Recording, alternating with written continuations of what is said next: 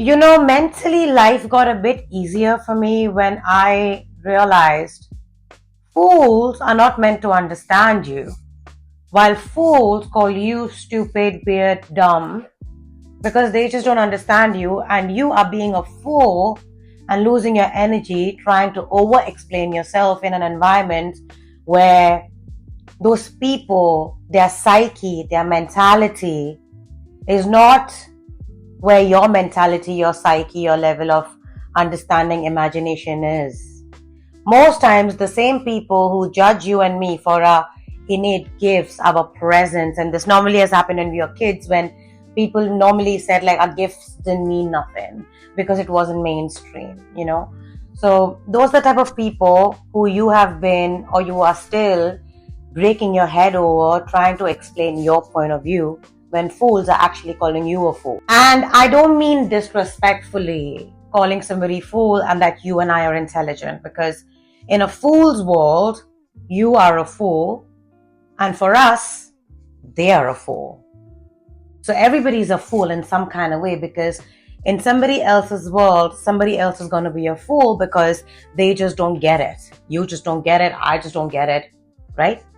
But unfortunately, we live in a world where people don't come outright and tell you, okay, listen, I don't understand this concept. I don't with this concept.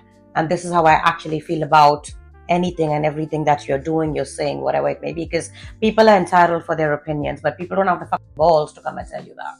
But people want to fit in and look intelligent, or whatever subject matter you speak on, or whatever subject matter you embody, or however you live your life. People want to understand you, at least want to come off as they understand you. And I don't mean people are always faking it with a negative intent, but people do want to come off like they understand you, they're on the same wavelength as you on face value, because either they want to click with you, either they want you to see them as the same level of understanding when you speak, and deep inside they know that that's not how they think, that's not what they believe.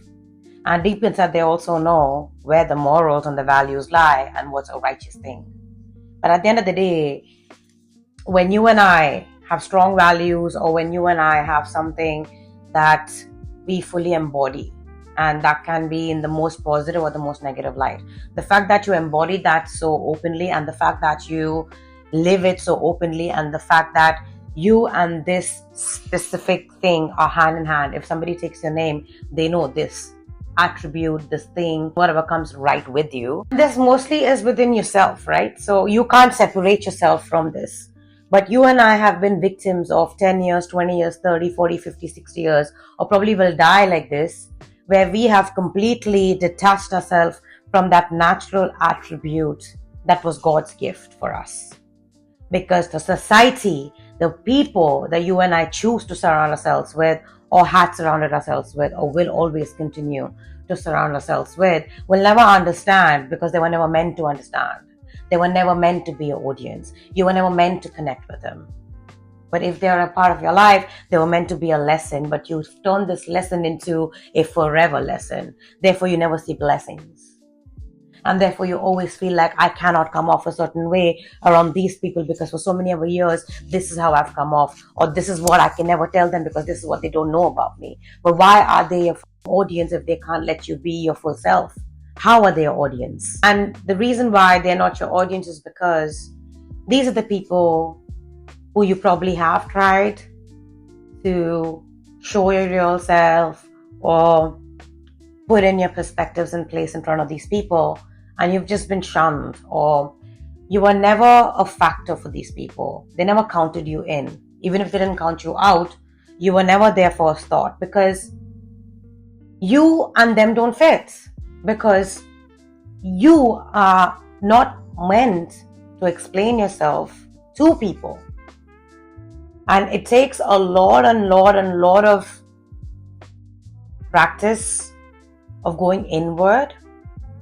It takes facing our own shadows and being okay with accepting the fact that, I'm not perfect, and there are a lot of things that I need to do better within my own self, to even understand that I am surrounding myself with people whose psyche is down south while mine is up north. You know what I mean? So there's no right or wrong. It's more about, you can be connected with these people by blood. Your individuality is your individuality. Your life experience is your life experience. You can't share your mother, your siblings' life experience, even if you stay under the same roof. Therefore, even if you guys are brothers, sisters, related by blood, you can be polar opposite. Let alone best friends who try to imitate each other and look like clones of each other. Why do you want to look like clones of each other? Because society makes it look cool, movies and shit. But at the end of the day, if you are that one person who stands out like a sore thumb, and you've always known that, but over the years, society's conditioned you, parents have conditioned you to fit in, so you just fucking fit in. So wherever you are today in life, listen, it's not about they just don't get me and I just feel isolated. At some point, you have to make that executive decision that I don't fit in, so you don't have to cut ties with no freaking biddy. If you're not one of those people who likes to cancel people out, because my favorite button is block button, physically, emotionally, spiritually, mentally. Because if you're not here to help me progress, why the fuck are you in my life? But if you're good people, I'll fight with you. But it's all about your heart. But that's me. But if you're not that type of person, and if you still want to fit in and all of that, just ask yourself, how do you feel when nobody's watching you and you go back home? You may be a billionaire, trillionaire, or you may have everything. You can buy everything. You can even buy joy in any case. But do you really feel like you are yourself with your own people when you're surrounded with your clique? Because if you can't even be yourself with your own clique, if you can't even share your own experiences, your thoughts, your mentality, your mindset, how are you happy? Best believe, take it from me, there will come a very pivotal point in your life, and whatever age you are in, if you are in this place where you are at a tipping point of, should I choose people or should I choose myself? Because at this point, you bit your tongue way too many times. And at this point, you don't even talk. These people have just taken your voice away and you've just masked something that you're not emotionally, mentally, spiritually, physically, and you've just been living this way. And if you're happy with that life and you just don't even remember why God sent you, what's your purpose, because everybody's God's child, but everybody has gone away from Him, even if they go to church and temples, because blasphemy is a big thing. I'm talking about those real ones, and 10% of those people who still are being mouthpieces to God by words, actions, spirit, whatever it may be. The 90% of those people who want to be claimed like that but are not like that.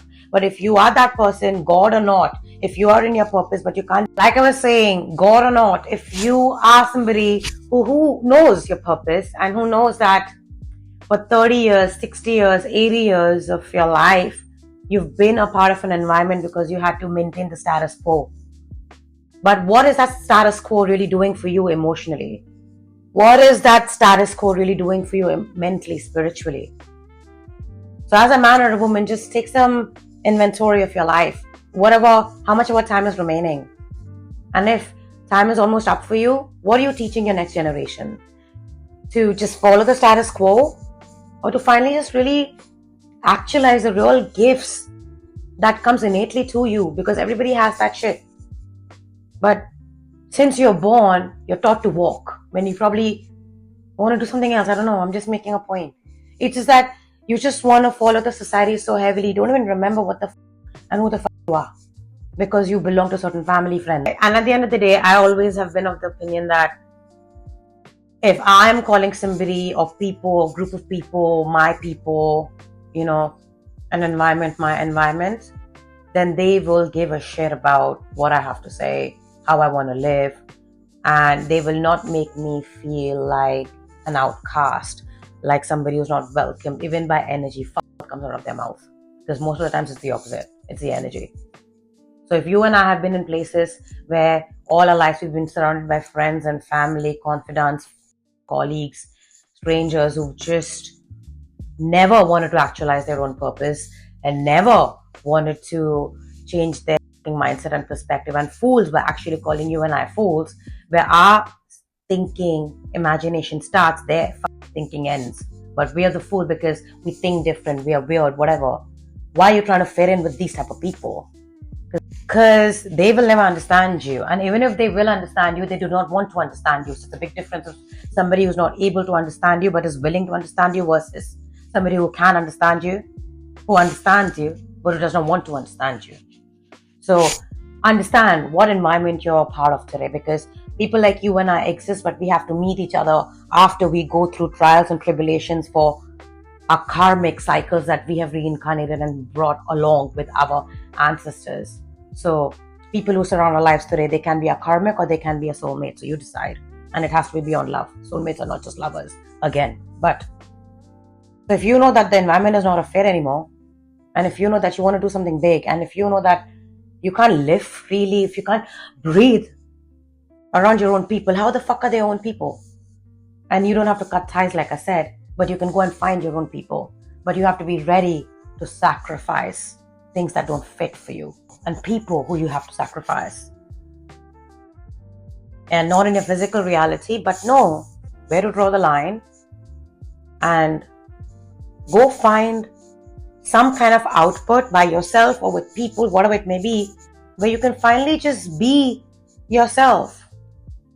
You know, if you're a goof, you don't always have to be so put together. If you're not a bitch, you don't have to be pretending to be a bitch because you're with plastics, men and women, you know, and all that shit. I don't know. Just life is really short, and I really had to realize and understand that, because I was super unhappy. Because I was just trying to fit in. And even when I was trying to fit in, people always call you and me weird, different, because even when you're trying to make a point of view or bring it in front of people's mind's eye or get into people's head, they were like, that's weird, she's weird, her thoughts are weird, her beliefs are weird, at least for me. In your case, it would be a practices. In your case, it would be, like I was saying, in your case, it would be you. Like how you live, where you live, what you like, how you design, whatever it may be. Just that you will be always be weird for somebody else. I'll be always weird for somebody else, and they'll always be weird for us, because the problem of the world, at least I believe, or at least my problem was, we all are trying to fit in. We are all trying to have people believe in what we believe and contribute in our growth, when in reality, that's not our audience. But that audience is pretending to be our audience because they also want to fit in and you also want to fit in. So everybody's a misfit who's actually trying to fit with each other. And that's what I realized. And I openly say I'm a loner because I enjoy being a loner. And I come from a time where I was out and about Monday to Saturday with friends. But these are not friends. They were never friends. And so like, having lived that life, I know how much it has benefited me, how it has benefited people like me. So I'm sure you guys understand, because that's why we don't hate. We don't have any animosity with anything, because that was a part of our life. And I'm at least grateful for the people that I had in my life, even if it was one or two, who I at least could share certain vulnerable side of me. When I didn't even know myself, when I did the best that I could at that phase of my life, because that's all I knew. You could do the best you could do in that point in your life, because that's all you fucking knew. So if you and I have crossed the threshold, we should tell people as to how it is when you finally just live, and just find at least a one or two people, or if you've not found, find that person in yourself and in God to just be. And if you know that this is not where your mentality, your mindset is going to be appreciated, leave. It's not going to work. And trust me, when you leave, it's going to be isolating. It's going to be, toxic people doing toxic things. But it's not about them. This video is not about anything of like that. It's just that when you finally make that decision of doing life for your own self, doing it for your own self, and finally it takes a lot of courage to be like, fuck, I have to drop everything I know, everyone I know. But even when you're in a room full of people, friends, you're just not valued. You just don't feel seen. You're just not chosen. So you're anyways detached. So why pretend to be there when you don't care if these people exist or not? When if you leave their life today, you're not even going to think about these friends who you've been with for 5-7 years, because you never missed them, because they never knew you. They knew a version of you that you're showing. It doesn't make you fake. It's just that you didn't show all sides of you, because you'll never be accepted. What's the point? Trust me, I don't think people can buy you happiness. I don't think things can buy you happiness, even if it's fleeting because you want the next thing. Money can't buy you happiness, though I love money, but it's money that comes from my own sweat, blood, and tears. Because if you're taking it from somebody else, it's theirs, you know. But at the end of the day, at least for you and me and for people like us, it takes us a minute to sit with ourselves. It can be even 10 years with ourselves, with God, with a higher power, whatever you believe in, with some kind of energy source. When you finally say, I give this all to you, there's nothing I'm doing is working out. People are not working out, and I'm not given the credit that I am owed because I believe in myself, but people have made me feel small. So if you are there, find yourself again. Because when you find yourself again, you'll actually be very affirmative and be very calm about your boundaries, and you'll not have anxiety about your boundaries, and you'll actually feel the need to voice to people as to exactly what you need. And when you start doing that, because you found yourself so deeply, because you know your sense of self so deeply now, detachment comes naturally to you, therefore. But because you know yourself so deeply, yes, it becomes hard for you to connect with people. But when you connect with people, you know that's your tribe, and you know that's a real one. There's that one there. You don't have to explain yourself. They just get it. And then you can have a discussion. You can have a conversation from there, which is from the heart, which is from the spirit. Even if you're talking for 5-7 hours, what are you talking about? Remember that. So find yourself where you don't have to force relationships, where you don't have to force a conversation, where you don't have to force a facade. Do have those conversations. Because when you find that real, fruitful conversation with a man or a woman, in whatever capacity it may be, the joy that you get out of that conversation, the fulfillment that you get out of that conversation, it's not about the longevity. It's about the depth. It's about the understanding in life. Remember that. I love you.